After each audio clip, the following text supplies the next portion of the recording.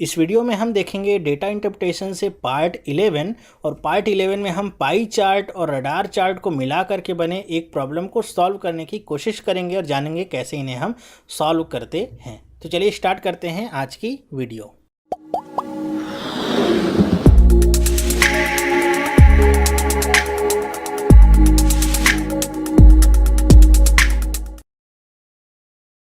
Hello, मेरा नाम है चंद्रहास। स्टडी स्मार्ट में आपका स्वागत है।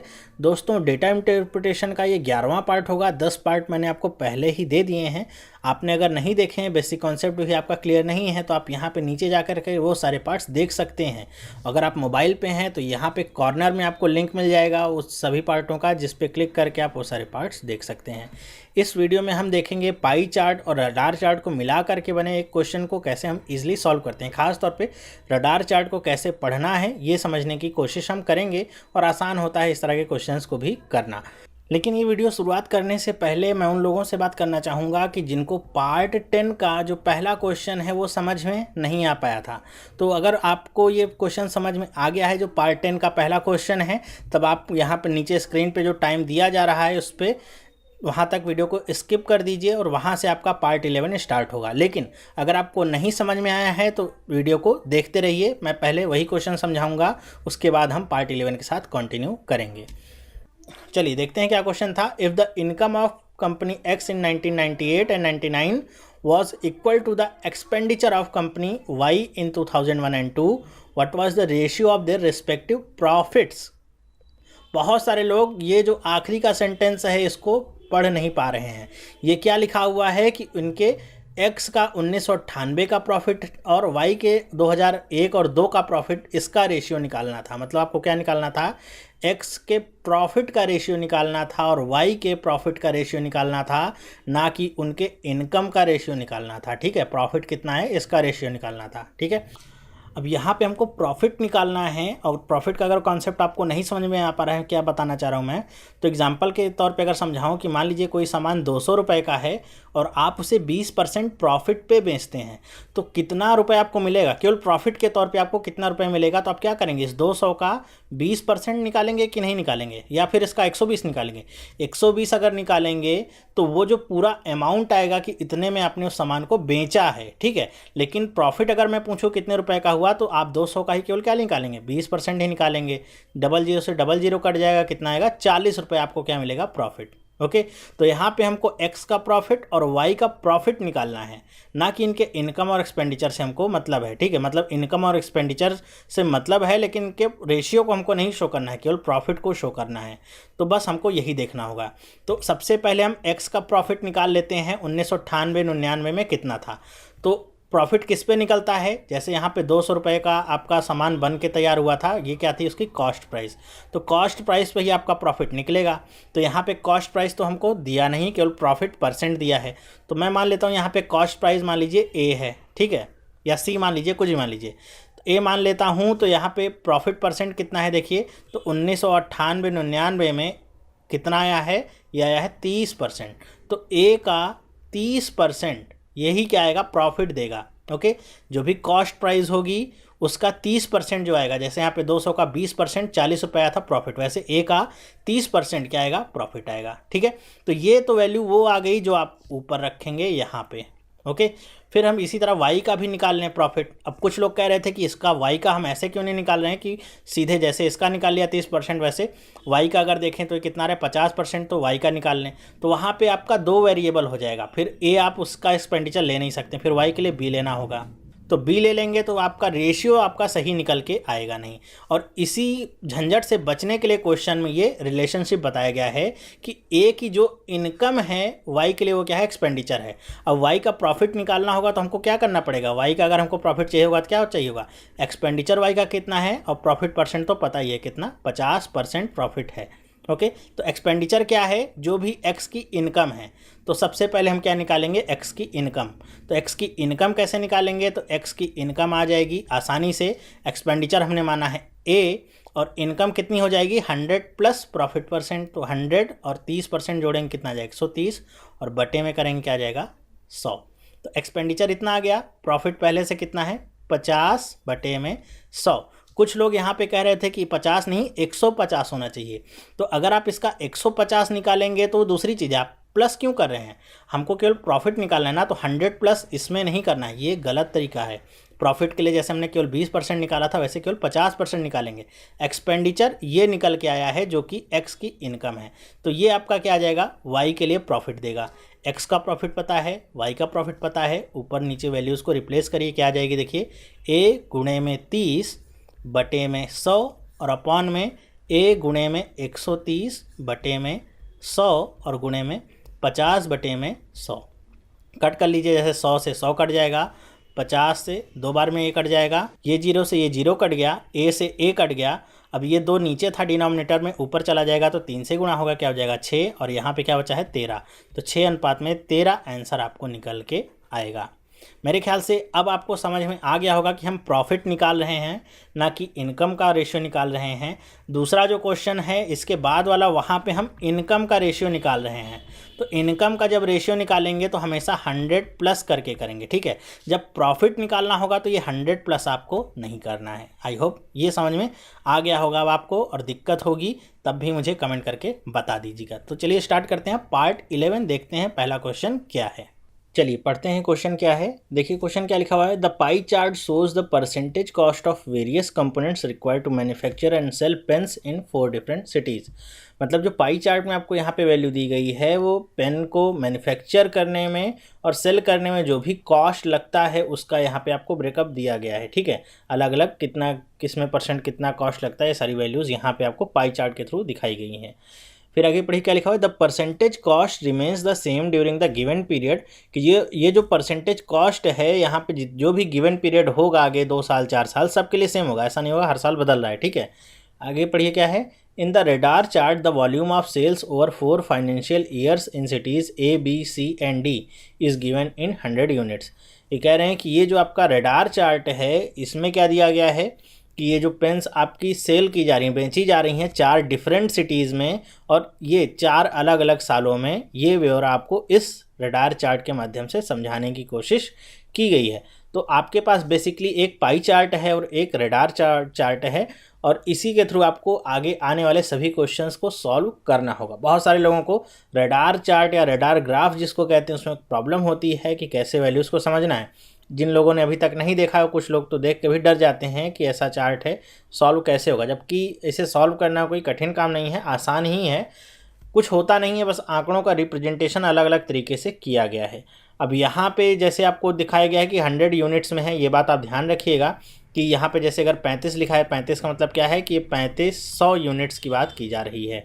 और अगर यहाँ पे आप देखेंगे तो आपको इस चार्ट के माध्यम से समझ में आ जाएगा। जैसे अगर मैं कहता हूँ कि 2014-15 में बी के लिए निकालिए कितनी यूनिट सेल हुई थी, तो कैसे आप निकालेंगे, 2014-15 का देखिए लाइन कौन सी है, रेड वाली है, तो रेड वाली लाइन को ही केवल आपको ट्रेस करना है और क्या निकालना है, बी के लिए निकालना है, ठीक है। तो बी के लिए आप आ जाइए, बी का आपको यहाँ पे ऑप्शन मिलेगा, तो बी के ठीक अब सामने जो भी आएगा सब बी का आंकड़ा ही होगा। तो 2014-15 के लिए देखिए यहाँ पे 25 लिखा हुआ है, तो 25 आपका 2500 यूनिट आ जाएगा बी के लिए आंकड़ा। इसी तरह आपको ट्रेस करना होगा, ठीक है। ये ए है, ये आपका बी है, ये सी है और ये डी है, सबके ठीक सामने जो वैल्यूज़ होंगी वो उसके लिए ही मायने रखेंगे, ठीक है।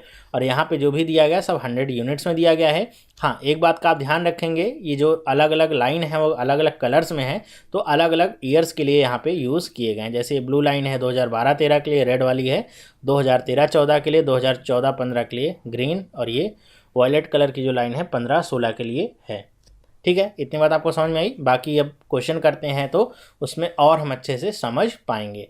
चलिए देखते हैं हम पहला क्वेश्चन। अब देखिए पहला क्वेश्चन क्या है कि if the selling price of pen is ₹50 and the profit percent is 200/23 per pen, then what is the approximate total cost towards packaging for the volume of sales in the city C for the year 2015-16।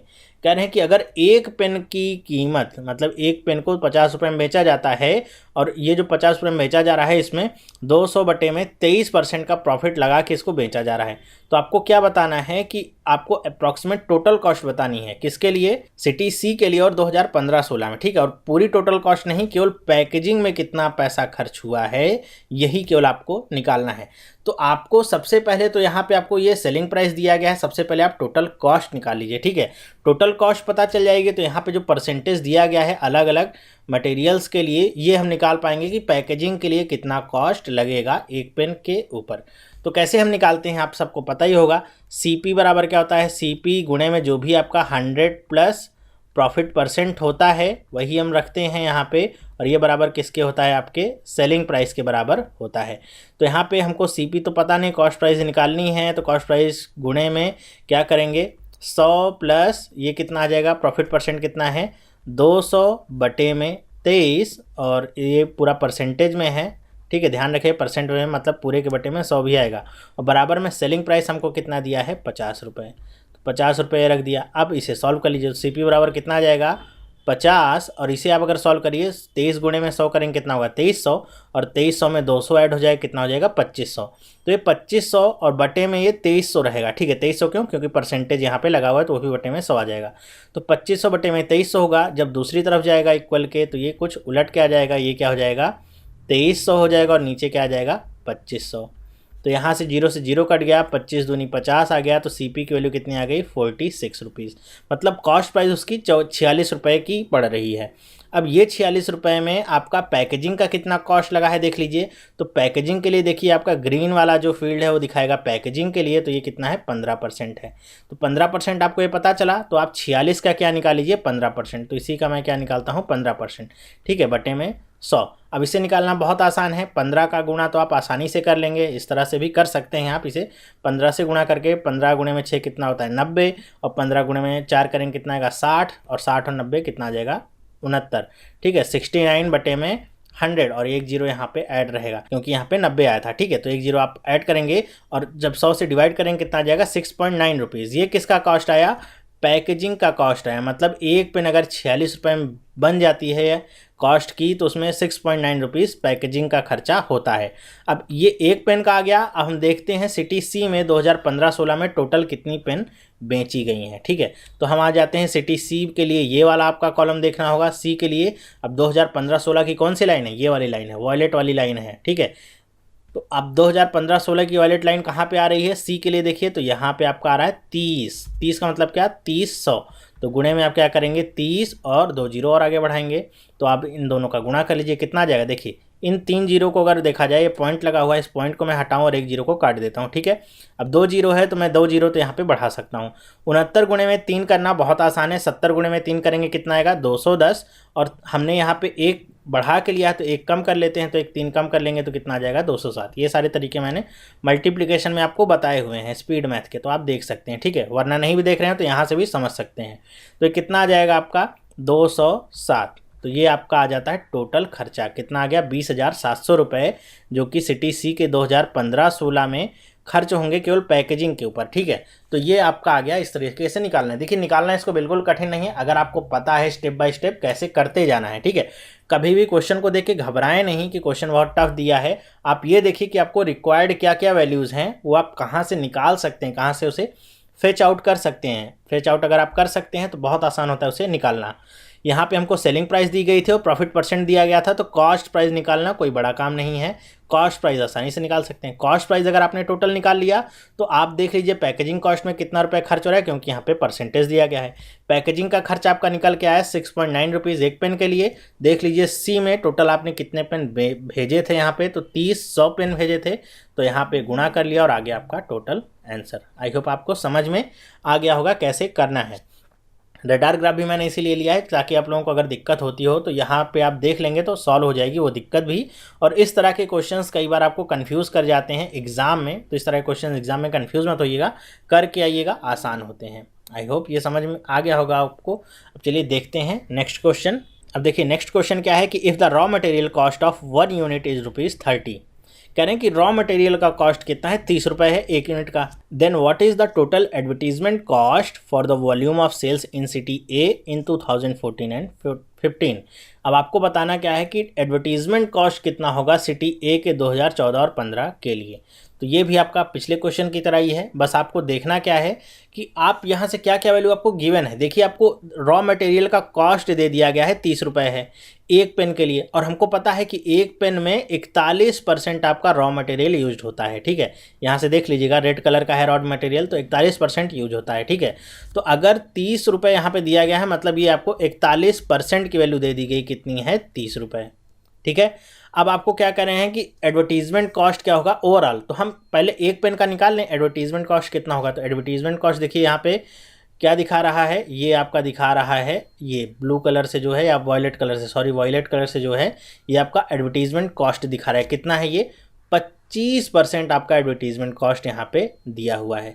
अब 25% आपको पता चल गया ये, तो अब आप क्या करिए 25% निकाल लीजिए डायरेक्ट, ऐसा नहीं करिएगा 100% निकालिएगा उसके बाद। ठीक है, प्रॉफिट एंड लॉस का वीडियो अगर आपने देखा होगा तो ये सारी चीज़ें आसान होगी आपके लिए। तो गुणा करिए, देखिए क्या आ जाएगा 30 गुणे में कितना आ जाएगा 25, और ये कितना आ गया 41। ठीक है, परसेंट से परसेंट कट जाएगा, उसकी चिंता करने की ज़रूरत नहीं है। अब ये कैसे सॉल्व हो सकता है, अगर आप इसे देखना चाहें कैसे सॉल्व हो सकता है ये, तो हमको अप्रॉक्स में वैल्यू यहाँ पे चाहिए, तो हम अप्रॉक्स में कैलकुलेशन भी करेंगे। तो चलिए देखते हैं यहाँ पे क्या कुछ हम कर सकते हैं कि कुछ सॉल्व हो जाए। तो इस 41 को मैं क्या कर लेता हूँ, इस 41 को मैं बना लेता हूँ 42। ठीक है, बढ़ा सकता हूँ, अप्रॉक्सीमेशन में हम कर सकते हैं ऐसा 42। अब देखिए 6 पंचे 30 ये कट जाएगा, और 6 सत्ते 42 ये कट जाएगा 7 बार। 25 गुणे में 5 करेंगे कितना आ जाएगा 125, और बटे में 7 है ये। ओके, अब ध्यान रखिएगा हमने नीचे वाली वैल्यू बढ़ाई है। ठीक है, बढ़ाने का मतलब क्या है, एक्चुअल जो आंसर होगा वो हमेशा हमको कम मिलेगा। ठीक है, जितना हमारा डिनोमिनेटर ज़्यादा होगा हमको आंसर उतना छोटा मिलता जाता है। तो ये ध्यान रखिएगा कि अगर आपका आंसर 10 आ रहा है यहाँ से, तो 10 के नीचे वाले सारे ऑप्शंस क्या होंगे, गलत ही होंगे, क्योंकि ये आंसर जो होगा ये 10 से आगे ही होगा। ओके, तो अब यहाँ से देखिए क्या कर सकते हैं, इसे आप काट लीजिए अगर काट सकते हैं तो हम इसे कैसे काट सकते हैं, 7 एकम 7 करते हैं, कितना बचेगा आपका, ये बच जाएगा आपका 5 बचेगा, उधर जाएगा तो कितनी बार कट जाएगा 7 8 56। ठीक है, लगभग ये 18 बार कट गया, ये अप्रॉक्सीमेट वैल्यू है 18। ठीक है, तो ये कितना आ गया 18 रुपये आपका कितना आ गया, ये आ गया आपका एडवर्टीजमेंट कॉस्ट पड़ता है। ठीक है, 18 रुपये क्या है, 1 यूनिट के लिए एडवर्टीजमेंट कॉस्ट पड़ रहा है। तो हम देख लेते हैं सिटी ए में 2014-15 में कितने यूनिट की सेल्स हुई थी। तो हम ए के लिए जाते हैं, और 2014 और 15 का कौन सा लाइन है, ग्रीन वाली लाइन है।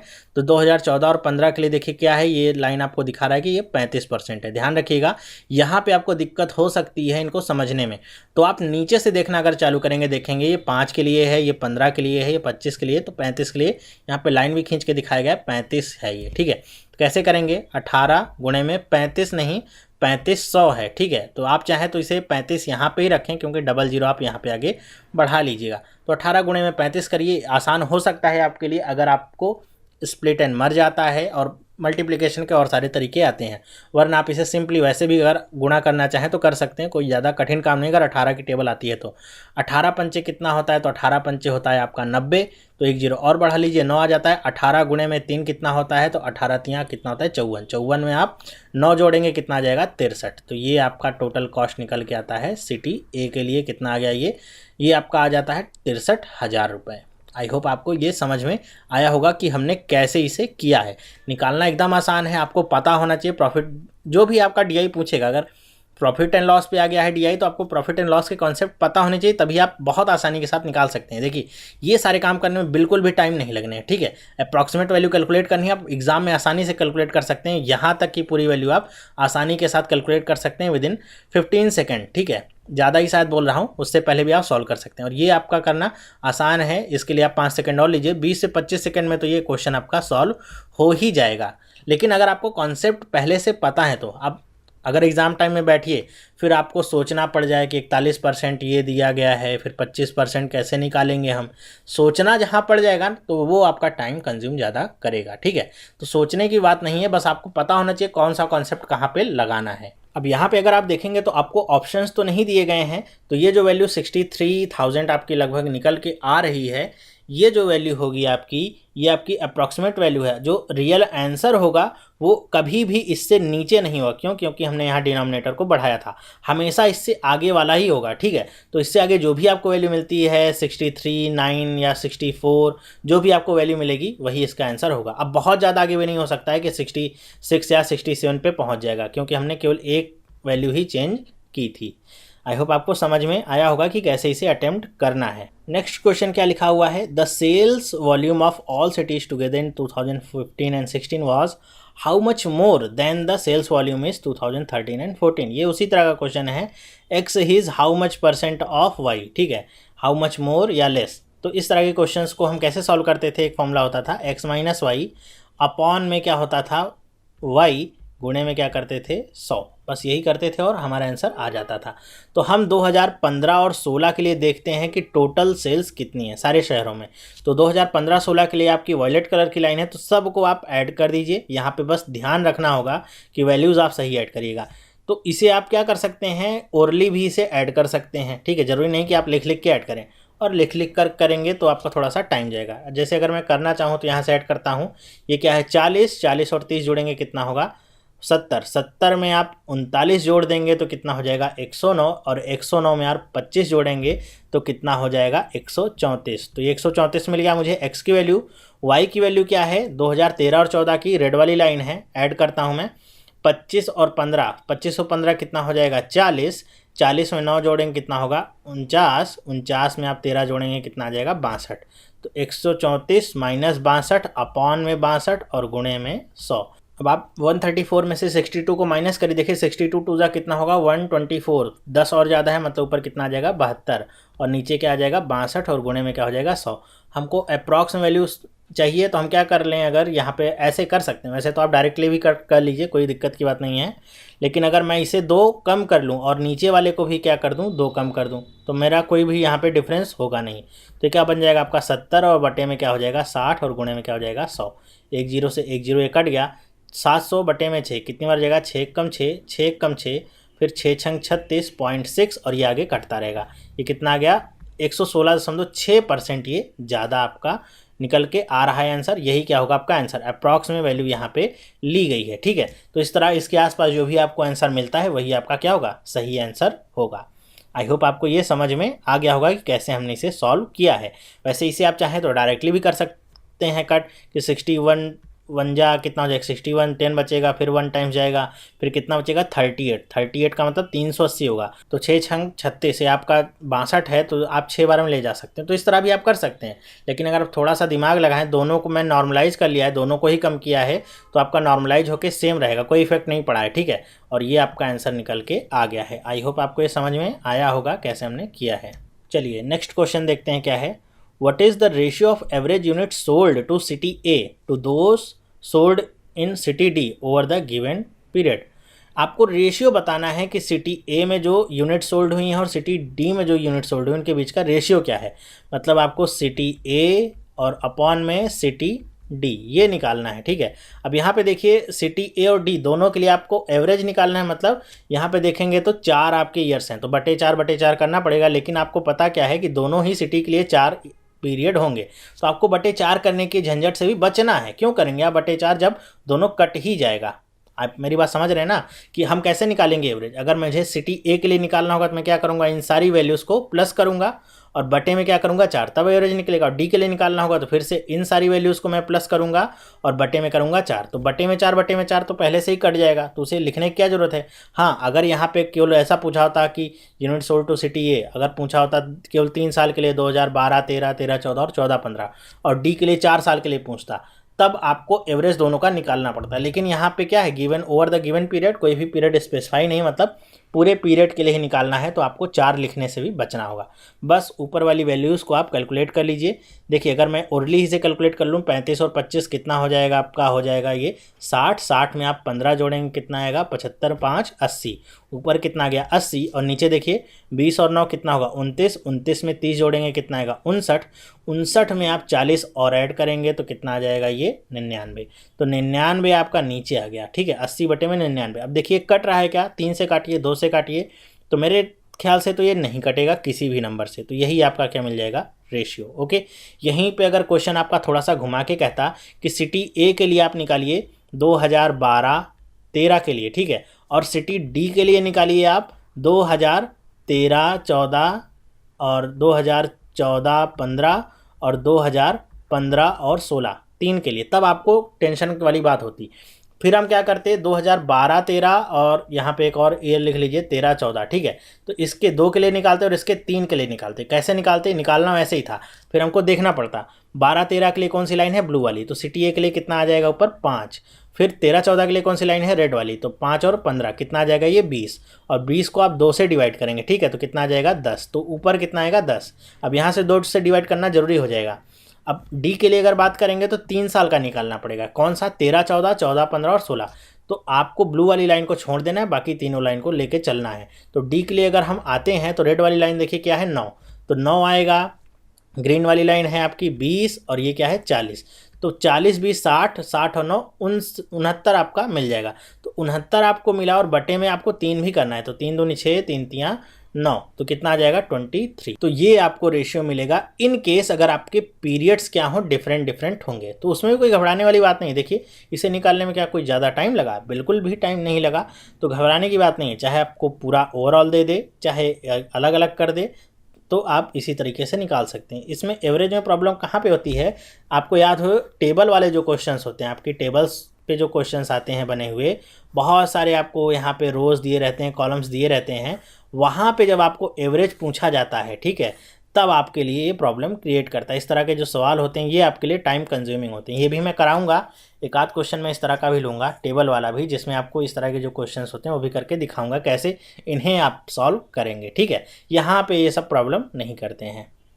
देखिए अब 5वां क्वेश्चन क्या है कि how much more approximately is the per unit labour cost with respect to per unit packaging cost, कि पर यूनिट लेबर कॉस्ट जो है वो पर यूनिट पैकेजिंग कॉस्ट से कितना अधिक है, तो कितना मोर होगा, कितना लेस होगा या कितना अधिक होगा, इसे हम कैसे निकालते हैं, पहले ही वीडियो में मैंने ये सारी चीज़ें आपको बता रखी हैं, उसी तरह आपको निकालना है, ठीक है। हमने यहाँ पे देखते हैं लेबर के लिए कितना परसेंट है, तो लेबर आपका किससे है, ब्लू कलर की लाइन से, कितना है 19% है, तो हम क्या लिखेंगे 19%, माइनस में पैकेजिंग के लिए कितना है, तो ये है 15%, तो यहाँ पे हम लिख लेंगे 15%, अपॉन में क्या करेंगे, हमेशा जो बाद वाली वैल्यू रहेगी जिससे कंपेयर कर रहे हैं, अपॉन में 15, जैसे अभी हमने देखा नहीं था x माइनस वाई अपॉन में वाई इंटू में 100, गुणे में क्या कर लीजिए 100, बस इसे निकाल दीजिए, कितना आ जाएगा, ऊपर आ जाएगा 4 और नीचे क्या आ जाएगा 15 और ये क्या आ जाएगा 100। ओके, अब 100 बटे में 15 तो आप जानते ही होंगे क्या होता है, 100 बटे में 15 कितना होता है 6.66 आपका चलता है, और गुणे में आप क्या करेंगे 4 कर लीजिए, बस आपको यहीं से आंसर मिल जाएगा। सॉल्व कर लीजिए अगर ऐसे आप सॉल्व करना चाहते हैं, कितना हो जाएगा 4 छंग 24 होगा, फिर 4 छंग 24 और 2 26, 4 छंग 24 2 26, 26 हम 2 6 4, ये आपका आंसर निकल के आएगा। परसेंटेज में ये आपका आंसर निकल के आएगा कि इतना परसेंट वो ज़्यादा है। ओके, आई होप आपको समझ में आया होगा। ये जो मोर वाले लेस वाले क्वेश्चंस हैं, या कितना परसेंट अधिक होगा कितना परसेंट कम होगा, इस तरह के क्वेश्चंस में अगर आपको प्रॉब्लम होती है तो आप पहला वीडियो डेटा इंटरप्रिटेशन का देखिए, उसमें मैंने डिटेल में इन सब के लिए समझाया हुआ है। एक बार देखेंगे समझ में आ जाएगा और हमेशा के लिए आपको याद भी हो जाएगा कि कैसे इनको निकालना है, ठीक है। आई होप आपको ये समझ में आया होगा कि कैसे हमने पाई चार्ट और रेडार चार्ट दोनों को कंबाइन करके इन सारी वैल्यूज़ को फाइंड किया है। कोई ये डिफरेंट नहीं है ऐसा कि जिसको फाइंड करना कठिन होता है, बस आपको कॉन्सेप्ट पता होना चाहिए जिस पे आधारित आपके क्वेश्चंस पूछे जा रहे हैं। तो इस वीडियो में बस इतना ही, मेरे ख्याल से आपको समझ में आ गया होगा और ये वीडियो भी पसंद आया होगा। अगर वीडियो पसंद आया है तो कमेंट करके मुझे बताइए ज़रूर कि वीडियो आपको कैसा लगा। वीडियो अगर पसंद आया है तो लाइक करना ना भूलें और अपने दोस्तों के साथ भी इसे शेयर करें, उन्हें भी बताएं कि कैसे आप इस तरह के क्वेश्चंस को ईजिली सॉल्व कर सकते हैं, कोई कठिन बात नहीं होती है। और अगर आप इस चैनल पर नए हैं तो आज ही इस चैनल को सब्सक्राइब करिए, जिससे इस तरह की जो वीडियोज़ है जो मैं डेली देता हूँ आपको मिलती रहे आपको, और आपकी जो प्रिपरेशन है वो बहुत अच्छी होती रहे, आपका सिलेक्शन पक्का हो सके। तो ये वीडियो देखने के लिए आपका बहुत बहुत धन्यवाद। अब हम मिलेंगे नेक्स्ट वीडियो में, तब तक के लिए have a nice day and bye.